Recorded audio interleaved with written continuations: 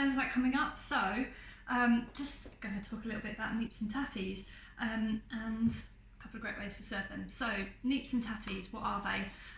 Traditional side dish with haggis, whether you have vegan, vegetarian or indeed meat haggis. Neeps and tatties are what you serve with it. So tatties, potatoes of course. Neeps, despite it sounding like it should be turnips, the Scottish word that they use for this is a turnip or a neep, but if you live further down in the UK you would probably call this a swede, so whatever you call this is what you have with your haggis. A lot of people don't like them, or think they don't like them, or haven't had them cooked right. I must confess, usually in this house, having married a Scotsman, I tend to mix them together with quite a bit of texture. So mash them together basically with quite a bit of texture and put them in the oven with lots of butter to dry them out a bit, and it's delicious. But if you're being a bit more chefy, I've got a little bit of a kitchen hack for you here. The kitchen hack, although it's Burns night, kitchen hack is what I'm calling it. It's actually a little hack that you could use any time you think you might be serving something that might look a bit boring on the plate. So I've just got some olive oil and kitchen roll, and I've just got an old a tin can that I used, coconut milk in it, and did a curry earlier in the week, and just put a little bit of olive oil in there. That's it. And then what we're going to do is to make it look a bit more chefy. I think meat and two veg sometimes can look a bit rough, so a bit boring on the old palate. So what I'm going to do is centre that, and I'm going to make a stack, a tower, a haggis,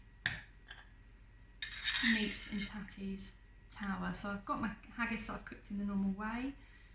If you're really traditional, then you'll want to cut the haggis, the chieftain of the pudding race, at the table, but I'm not feeling very traditional today.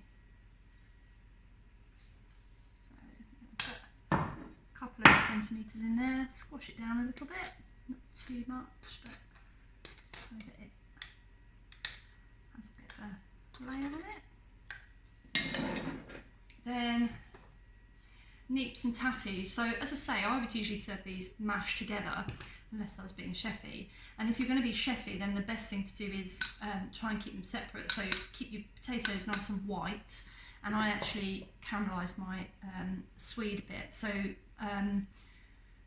swede can be a bit watery, so if you're looking to have it as mash like this, or for this, if you're going to make a stack, then after boiling it takes quite a bit longer than potato, probably maybe half an hour, 40 minutes, depending on cube size of course. But then after you've drained it, put it back on the heat in the pan just to kind of get some of the excess water out, and then you sometimes get a nice bit of colouring as well.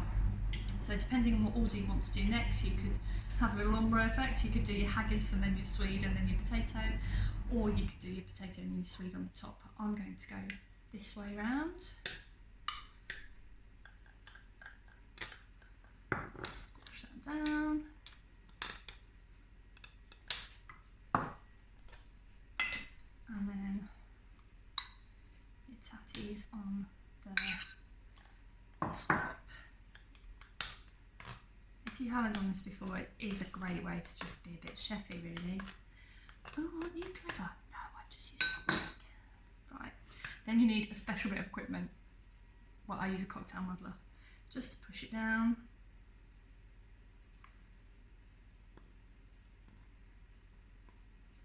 And hope it comes out. Beautiful, look at that. There you have it. So put a little bit of whiskey sauce on the top. So it drizzles a bit. This is just whiskey, shallot, and a little bit of oaty cream. And then of course